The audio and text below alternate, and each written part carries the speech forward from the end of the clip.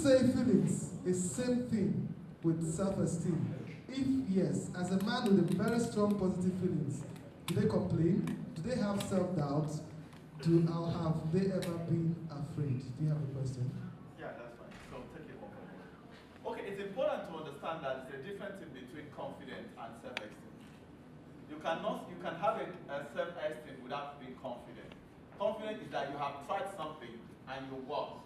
You know, David said, the lion I killed, the bear I killed. He had the confidence to kill Goliath. But he believed in himself. So if you don't believe in yourself, you can't have self-esteem. Whether I'm going to be afraid, yes, I'm likely going to be afraid at the primary level of your consciousness, because we still attached an outcome to a feeling.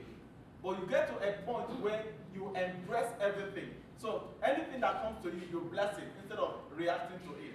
For instance, we hear that somebody cursed you. In your heart, you know that you are uncursable.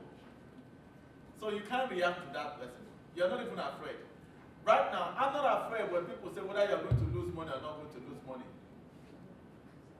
So people in the primary state, you can be afraid, because evidently you have not come to a consciousness that nothing should trouble you. Yeah? So being afraid, complaining drains your feeling. That's why I say, do not complain, no murmur. So what happens is that if you open your heart, you can embrace everything. And when they embrace everything, it becomes an experience that will not determine how you feel, but because you bring your feeling into the experience. So the problem is, you're looking at the future is not here. The future is now. So you're looking, will I get married? Because you've seen everybody in your family, nobody's getting married. So you now attach a certain feeling and you become afraid of the future that has not come. Who told you you are not going to get married? All right, the question I want to ask is this. You said something about your office when you were talking about GRA, and you said the moment you got into that place, it was like a feeling inside of you that this is it, and something kicked inside of you when talking about the womb thing. How did you know that? It is because when I was looking for a house at the GRA, I have gone to several houses. When I get in there, no connection. When I get in there, when I got into that house, right, it was actually dog. My man, okay. My man, the dog, three bedroom flat was a dog house. I got into that place. I said, this is my house. And how did I get to know? My landlady said, as soon as you get into that place, I knew that it was a house. I didn't even have money. I think it was about 150,000. Within a week, that money came over there. So because it is something that I know, and you're training yourself, you connect in that way. So how do people recognize this feeling? Because we're also in a society that we so much give people the power over us. We're constantly seeking for self-acceptance. We're constantly seeking for self-validation from the society. And I think to an extent, the social media is really not helping matters, because people are so much looking for self-acceptance and self-validation. So how do they recognize this feeling that is inside of them?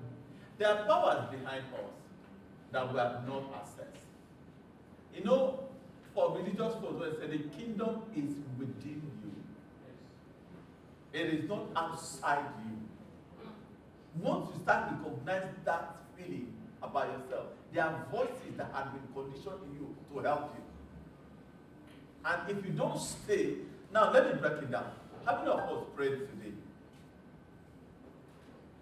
You finished praying, right? Do you represent your prayer? Inside that prayer, there was a voice. People are struggling here because of lack of identity. You know what I'm doing? Some of my friends came in yesterday, they were laughing at me. Why are you not charging? They keep mocking me and said, why are you doing what you're doing? Of course, they know that I'm not looking for fame. And they're laughing, say, okay, multiply the people that come today at 200 and multiply the register by 5,000. What would they do? Okay? And now, if I'm not sure of what I'm doing, I will give attention to that voice. And that attention Once I give it attention, it starts expanding, and my reasoning and my feeling towards this will come. Okay, let's look at it again. I walked in here. I have prepared for 250 people, and we have cooked for them, and I'm seeing only 2 people. I know who I am. I'm not going to look about the figure. I'm going to look about even one person that I can talk to matters over there. So you see, I consciously dwell inside, the satisfaction from inside, rather than a validation. Okay. Fortunately, I grew up where I was rejected. Everywhere I go, it's like I was rejected. You know, I started having that feeling.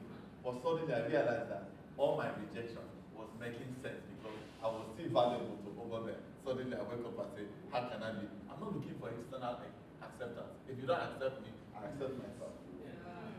I think that's somewhere we should have this time. Okay, I'll still get back to what you're saying right now. And you talked about people are carrying so much, but they have no idea. That's what you talk about, lack of identity. They have no idea what they are carrying. That's an identity thing, because I think whilst we're in the place where people are having this existential crisis, they're trying to find who they are, know who they really are. This lack of identity thing, and also recognizing what they are carrying. How do they recognize this thing they are carrying? You talk about when you went to a plot of land somewhere, and then a friend told you that she's seen something bigger here.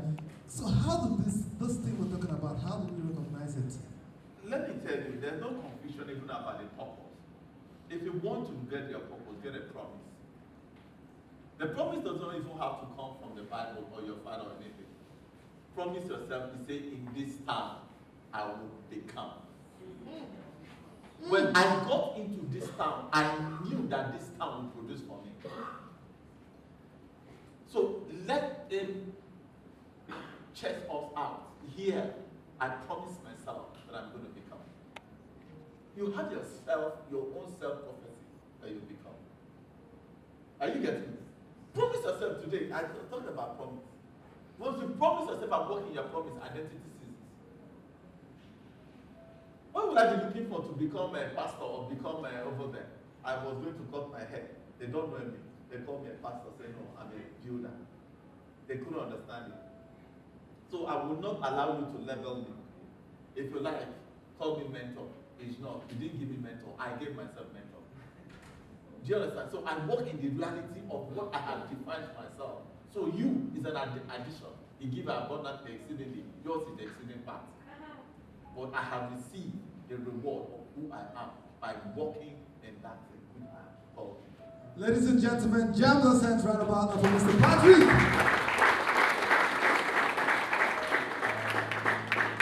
And I think right there was just one of those moments I call Eureka moments, where it's one of those aha moments. You say when you get into a place, make yourself a promise. Promise yourself that this town will yield for me.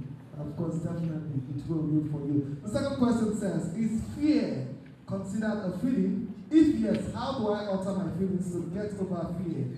I really need help here because fear has trapped me for too long. I want out. I'll take it again. Is fear considered a feeling? And if yes, how do I alter my feelings to get over this fear? I really need help here because fear has trapped me for too long and I want to get out. I don't know whether you were here last time. I said that I never liked flying. I never liked height. So each time I was going to fly, I said, please stop the aeroplane in the air so that I can jump down. I said, what did I tell myself? This is meant to convey you from here to here so you won't die. What is fear? Fear, inside fear, there's a lot of knowledge. You've not asked yourself certain things that fear is covering something that you're supposed to know. Because there's a potential in fear. In fact, you know most of the things that you are afraid of is actually what we should give you money. But you have not asked question, what if? So, just look at maybe there's a fan here, you're afraid of fan. You know, it's rotating. What if this fan? You just ask yourself, what if it doesn't fan? Fall. Because why? This fan is meant to what? To condition you. You know, Part of this fear and feeling is emotion. It can be altered. Don't take it, don't be hard on yourself. I wasn't like this. So now, I get into the village, and in one day, I won't spend one day, I will run away. Why? I felt that in the village that there's so much juju around, they are killing everybody. So you don't even want to give anybody anything because they'll convert you. When I got the knowledge that I am the one, no, I cannot allow anything that to come inside me that I have not permitted. Fear is the permission to be ensnared. Hope you're writing something. Hope you're writing something. You say, I can't make it in life. Who told you can't make it in life? You're the one telling yourself you can't make it in life. So you project an imagination. Take a positive imagination and replace the negative imagination. You will kill fear. Because that fear is imagination. Is it real? It's not real. It is just false evidence. And so now you are using an imagination. Take some imagination. What if? For instance, okay, let me give you an instance. I told you here that the first time I went to American Embassy, they bounced me. Right? So the next day I was going, he said, what if they, I said, come on, I'm in born Nigeria. What if they do? What if they give me? The voice will come again, what if they don't give me? Now, because most of the time you are afraid because you've told your friends that, oh, I'm going to travel. And everybody is celebrating you. Now, it's the share, most times, what you are going to accomplish that is creating the fear. And now you don't know how to come back to tell them. And now I say, what if they don't give me? So, first and foremost, and I went there, they gave me. All right, I have a question right now. Is it possible that we at the same time were also self-sabotaging ourselves? Oh, that's exactly what it is. intentions? Self-sabotage. Because sometimes I get to meet people and in not just in words alone, but in very subtle things like actions and inactions, it's like they're not qualified enough for this, they're not qualified enough, they're not good enough for this, this not enough thing is always there, and they tend to exhibit it in actions and in thought. So how do people stop this self-sabotage? Change your thinking pattern. Very difficult. No, it's very easy to change your thinking pattern. You see, let me also explain to you, how did they acquire the bad habit you're doing now? They had bad habits. How did it come? Some of my bad habit was a story that was told, and I created a reward system. So if I enter, for instance, you say, you smoke something, it gives you high. And imagine that you want to go and steal, which is basically what they do. What do? They alter their feelings. By what? By a substance. Why? Because that substance will change the way you see, the way you act. How did you get that substance? By imagination. Have you tried it before? You tried it. What happened? You start conditioning your mind. It becomes like a way of escape. It's the same way you also take another imagination and a picture, which is what a picture you have seen, and bring the picture into your reality and live in the feeling of that reality. Over a period of time, you come out of that habit. You know guys that do masturbation, how do they do it? It's imagination, isn't it?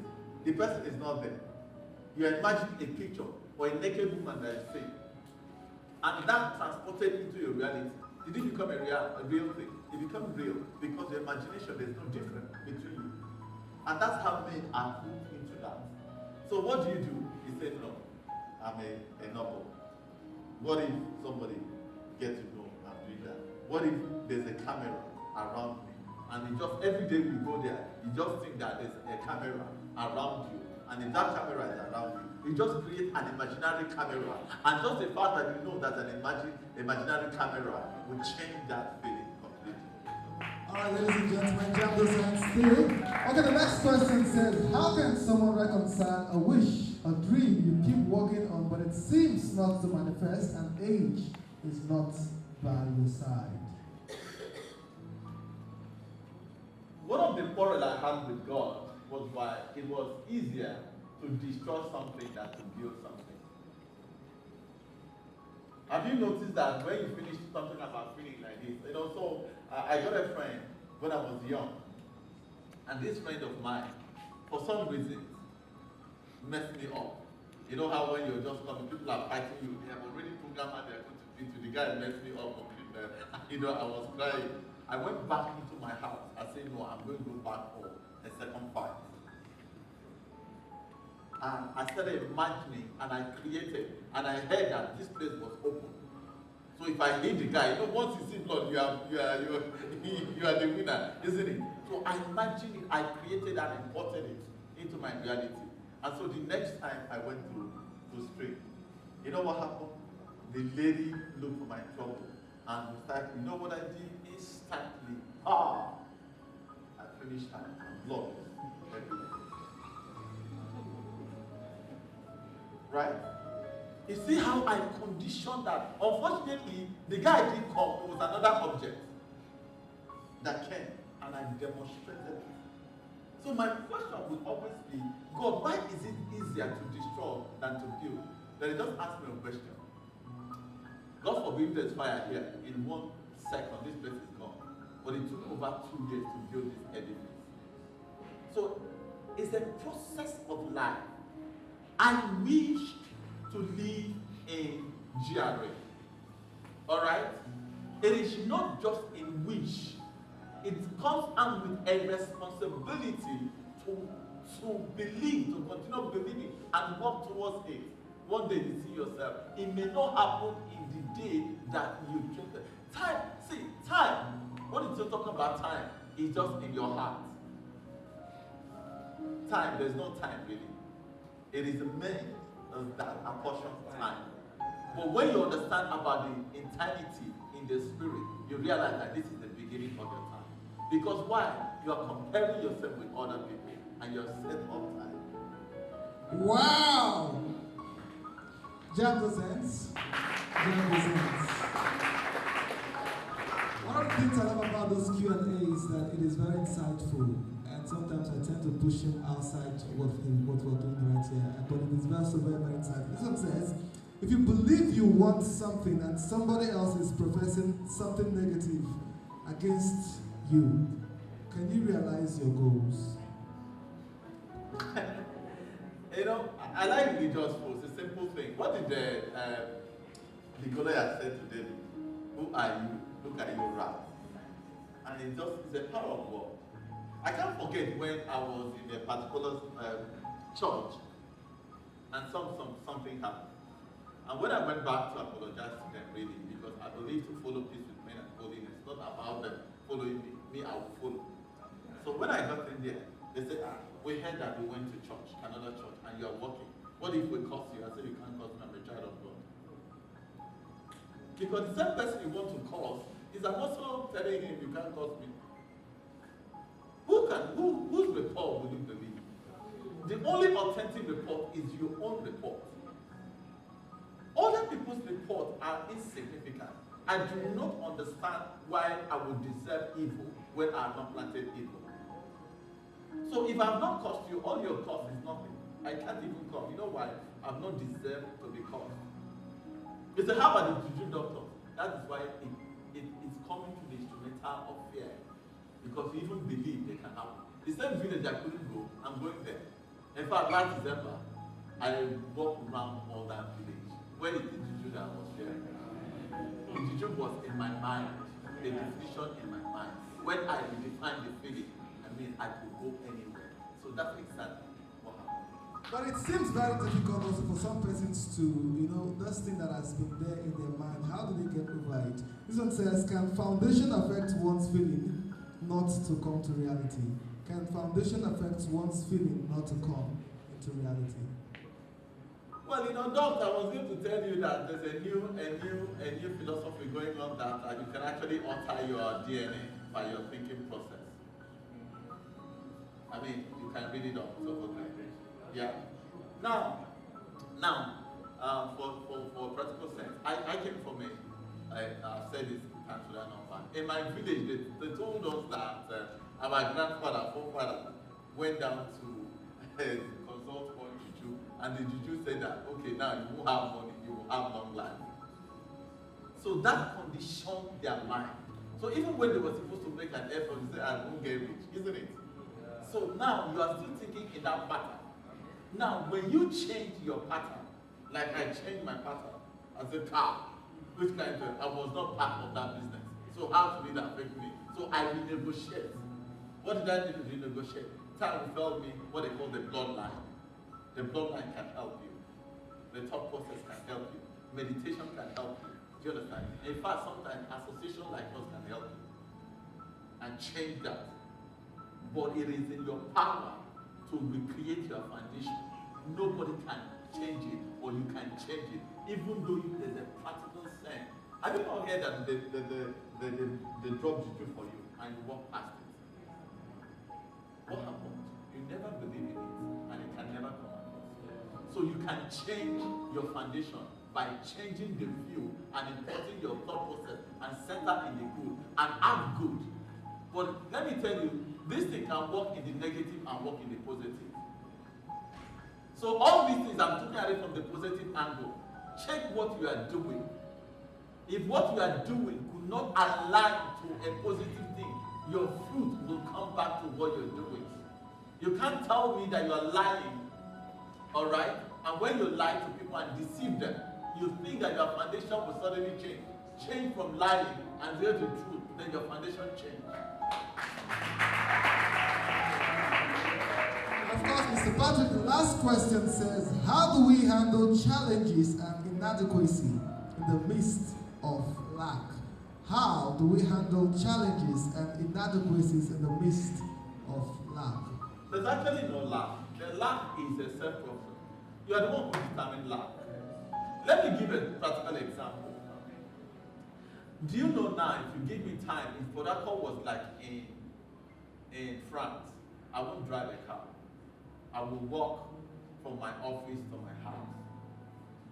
Right? It is a problem driving that car. You are in air condition, you get into the air conditioned office, you get into over there, obesity comes in and health challenges come in. And that's why we have hot belly, right? Okay, now they are telling us right now to speak that all you need is 1 egg and 56 grams of protein. So all that old chicken that you are dreaming is nonsense, really. You don't need it. Do you understand?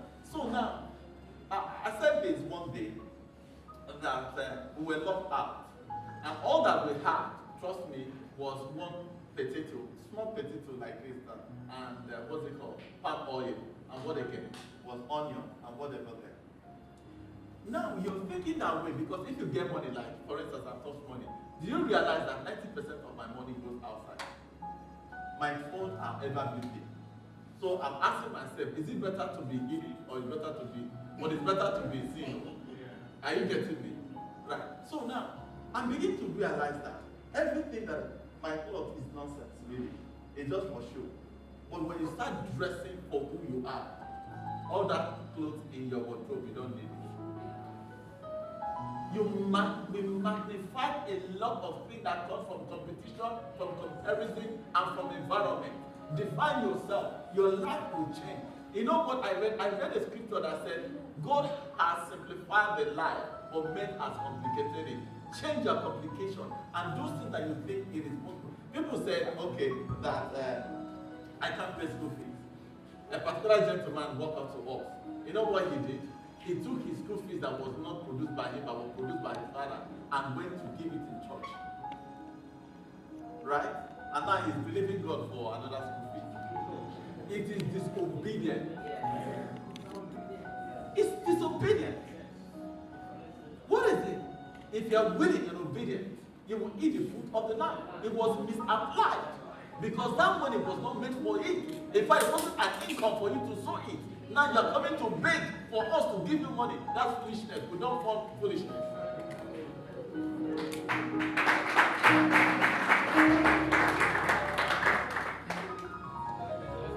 And on that beautiful note, ladies and gentlemen, we'll get to bring this segment to a close. Mr. Patrick, before I let you off the room, what's your last word of advice to your people? Regret your war. Regret your war. Regret your war. ever since I became a mentor, established mentor, my life has changed. My simplicity, no power. I mean, Ebuka, you're here, right? Ebuka is worried about how open I am. How do you manage this openness? I said, listen, the number one thing is I know that I'm a builder. You can't destroy me. Simplify your life. Change your thought process. Change your perspective. I'm not in competition with anybody. I know exactly where I am going. Keep jamming those hands. Thank you.